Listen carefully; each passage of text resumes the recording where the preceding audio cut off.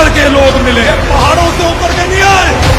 Showbiz industry की मशहूर अदाकारा ऐमन खान ने इमरान खान के हवाले से बड़ा बयान दे दिया है। जैसे कि आप लोगों को पता है कि ऐमन खान शोबिस इंडस्ट्री की अमीर तरीन अदाकारा है। इसी वजह से इम्पोर्टेड हुकूमत के बगैर किसी खौफ के ऐमन खान ने वीडियो पैगाम देते हुए कहा कि इमरान खान अवाम के जरिए मुंतखब हुए थे। मशहूर अदाकारा ऐमन खान ने मजीद कहा कि वो हमेशा इमरान खान का इंतखाब करेंगी, क्योंकि इमरान खान जैसे ईमानदार लीडर हमें फिर नहीं मिलेंगे। इसलिए मुश्किल की इस घड़ी में हमें अपने कप्तान का साथ देना चाहिए ताकि हमारी आने वाली जनरेशन को गुलामी की जिंदगी से आज़ादी मिल जाए।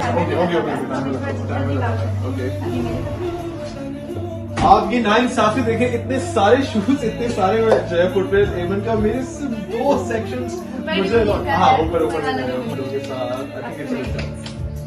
कपड़े कलर से मुझे लगता है कि नहीं रखे जा सकते। दोस्तों, इस हवाले से अपनी राय का इजहार कमेंट सेक्शन में दे। वीडियो अच्छी लगे तो लाइक करें और इस चैनल को सब्सक्राइब करें।